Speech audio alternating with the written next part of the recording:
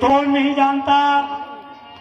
भरत इस योग्य भाई नहीं है, सोच समझकर काम करो।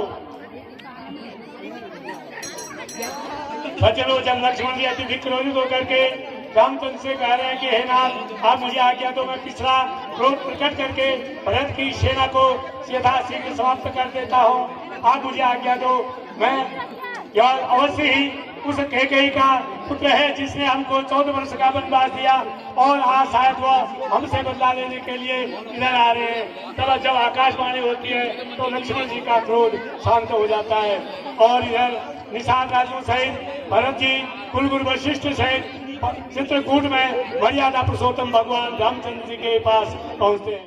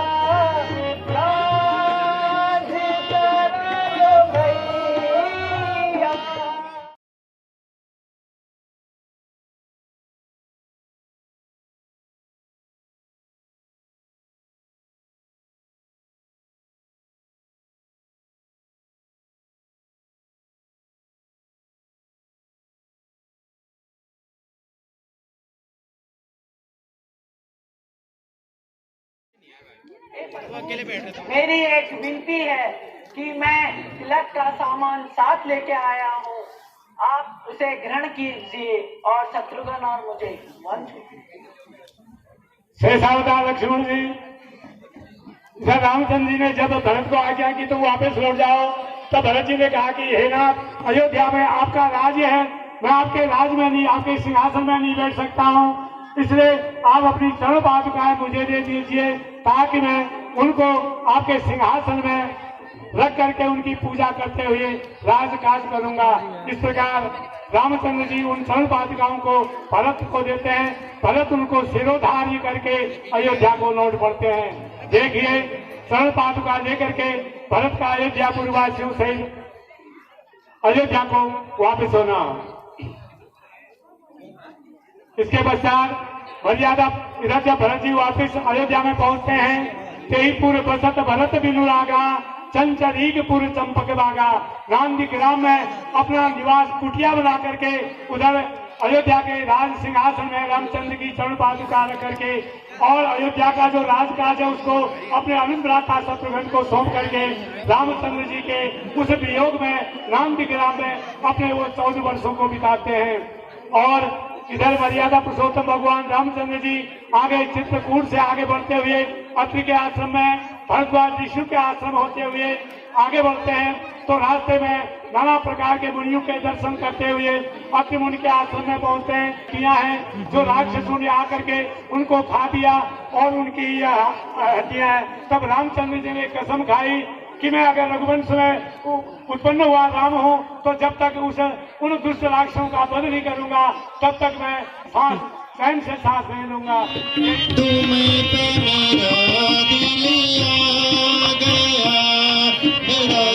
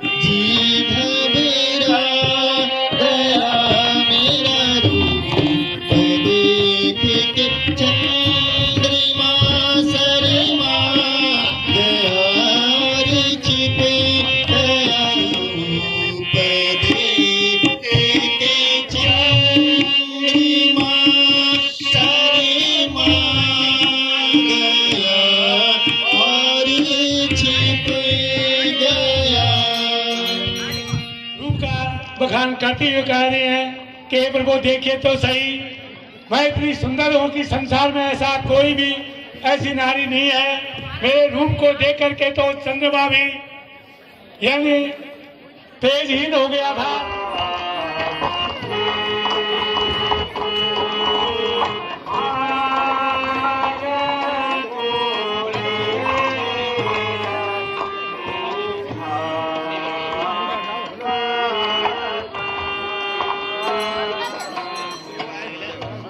मर्यादा पुरुषोत्तम भगवान रामचंद्र जी शूर्पणखा से कह रहे हैं कि हे सुंदरी, वास्तव में तुम बहुत सुंदर हो, लेकिन क्या करूं, मेरा विवाह तो पहले नंदिनी सीता के साथ हो चुका है, इसलिए तुम मेरे छोटे भ्राता लक्ष्मण के पास जाओ, वह तुम्हें देख करके, तुम्हारे ऐसे रूप देख करके तुम्हें अवश्य ही बदलेगा।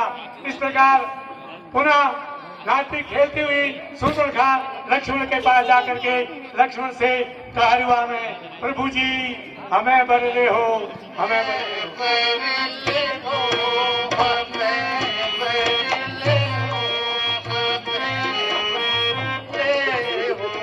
प्रभु जी हमें बदले हो, हमें बदले हो प्रभु जी। रे बाला का है तू इतनी शर्म से गिरे, बाला का है तू इतनी पूछती पीछे, तुम जैसे कान तेरे कछुए जैसी, नाक तेरी शोक जैसे, कान तेरे कछुए जैसी, नाक तेरी ओखर जैसी, आंख तेरे कद्दू जैसे गा, बाला का है तू इतनी उछलती फिरे, बाला का है तू इतनी शर्म से गिरे। शूर्पणखा कभी राम के पास कभी लक्ष्मण के पास आती है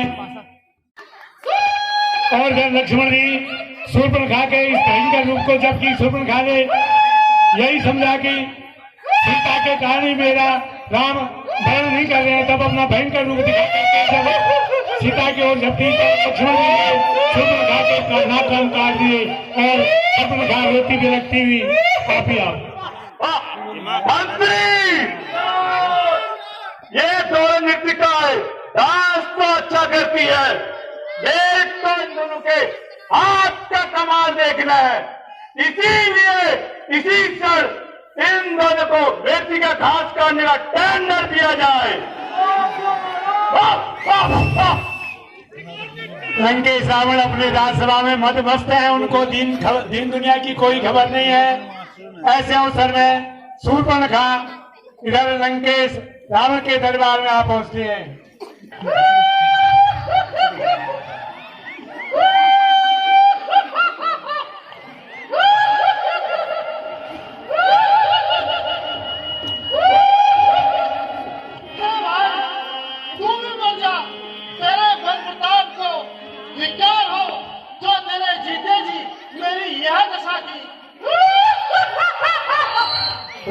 इधर शूर्पणखा के वचन सुन करके लंकेश रावण शूर्पणखा से थिएटर में किसने तोरी कटारी मारी कारी, किसने तोरी कटारी कारी,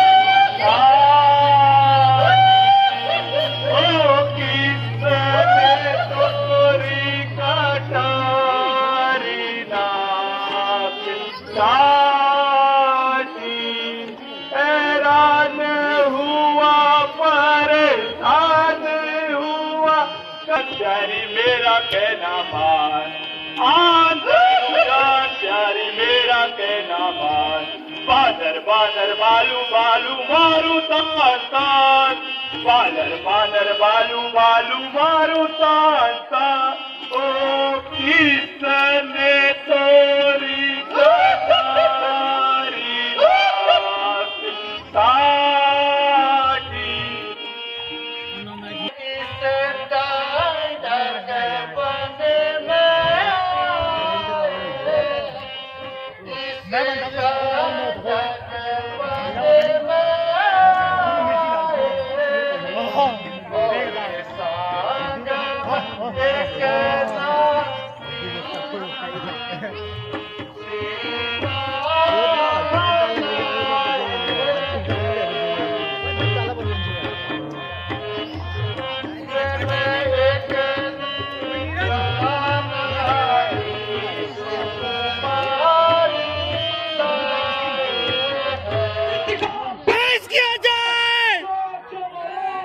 तैयार हो जाओ। जिसने भी हमारी बहन के साथ ऐसा खूब दुर्व्यवहार किया है उसके साथ हमको युद्ध करना है। सज्जनों, इस प्रकार खरदूषण अपनी सेना सजा करके तैयार हो जाते हैं। इधर खरदूषण की सेना को आता हुआ देख करके मर्यादा पुरुषोत्तम भगवान रामचंद्र जी अनुभ्राता लक्ष्मण से भाषा में, हे लक्ष्मण, तुम सीता को लेकर किसी कंदरा में छुप जाओ। तुम सावधान रहना, मैं क्षण भर में उन दुष्टों का नाश कराता हूँ। इस प्रकार शेषावतार लक्ष्मण जी सीता जी को लेकर के इधर गिरिकंदरा की ओर बढ़ जाते हैं।